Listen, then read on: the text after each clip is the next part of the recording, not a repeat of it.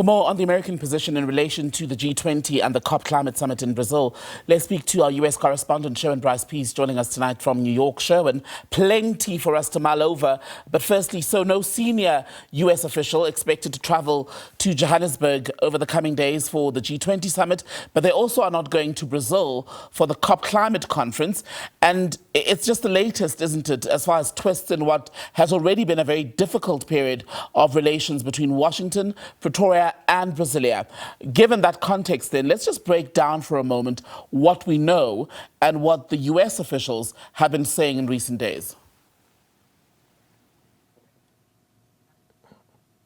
Well, we can confirm, Tembekile, that Vice President J.D. Vance will not be traveling to South Africa for the G20. The first indication of this came, of course, from President Trump's social media post on Friday.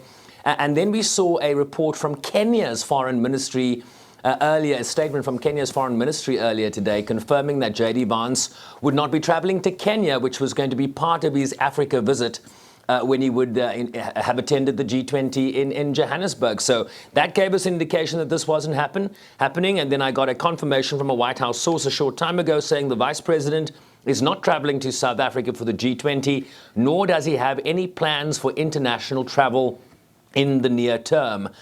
And then, of course, you have COP30, where the United States is not going to be sending officials either. And so South Africa and Brazil find themselves in perhaps the same WhatsApp group in relations with the United States, right? President Trump, according to a White House spokesperson, will not jeopardize our country's, quote, economic and national security to pursue vague climate goals that are killing other countries. South Africa is still, of course, as you well know, Tembekile, without a permanent representative in Washington, D.C. after the ouster of former Ambassador Ibrahim Rasool. That might have some sort of implication here in terms of, the broader relationship between South Africa and the United States. And of course, we still have that outstanding trade deal. And so there are certainly lots of questions about where the relationship goes from here. There were questions from the beginning of Trump's ascendancy to the White House, the executive order that he passed in February, all casting aspersions on that relationship. And now confirmation that no U.S. officials will be going to South Africa or Brazil for COP30. Let's listen to what President Trump in particular has said in relation to climate change and why perhaps we don't see representation at this all-important climate conference in Belém in Brazil. Watch. The carbon footprint is a hoax made up by people with evil intentions, and they're heading down a path of total destruction. I withdrew from the fake Paris Climate Accord, where, by the way, America was paying so much more than every country. And if you look back years ago in the 1920s and the 1930s, they said, global cooling will kill the world. We have to do something. Then they said global warming will kill the world. But then it started getting cooler. So now they could just call it climate change, because that way they can't miss. It's climate change. Because if it goes higher or lower, whatever the hell happens, there's climate change. It's the greatest con job ever perpetrated on the world, in my opinion.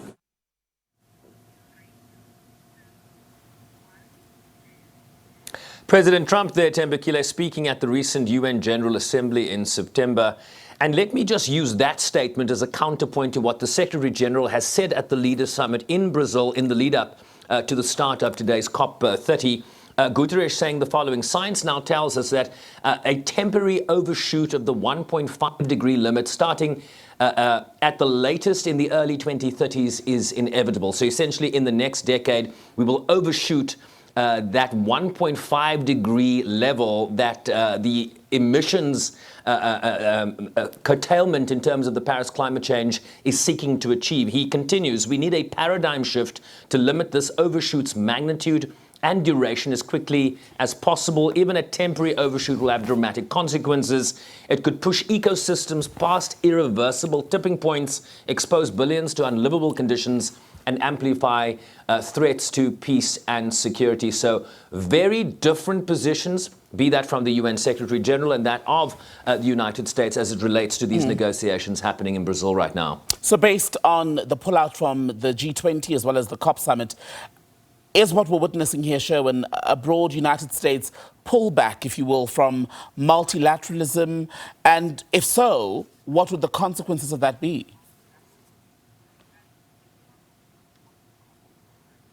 Yeah, let's remember where we're coming from here in terms of the United States. It's not just the G20 that the United States has taken a standoffish approach towards. We understand from the Sherpa that there has been interaction at lower levels, but we haven't seen interaction at the highest level. The highest level would have been the President of the United States himself. We then got J.D. Vance in terms of what the President said was going to happen. And of course, that has now, we've seen a pullback.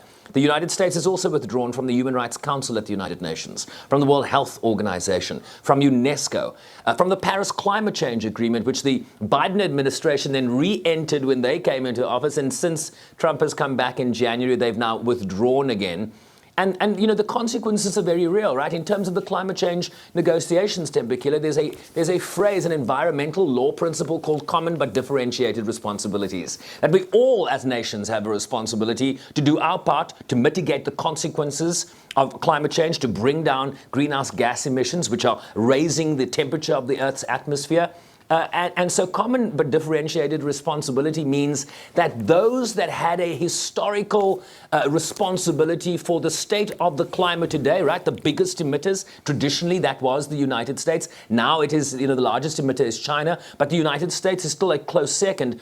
And so the countries that have the greatest responsibility for the impacts of climate change today, read into that the developed world, have a greater responsibility to fund the mitigation that is required now. And so, small island states in particular are going to have the greatest impact, but the least responsibility. And so CBTD, common but differentiated, or DT responsibilities, is very much on the table here and very much in a precarious state were the United States and its funding to withdraw completely from this process. Sherwin Bryce-Pease, SABC US correspondent, speaking to us from New York tonight. Sherwin, thank you.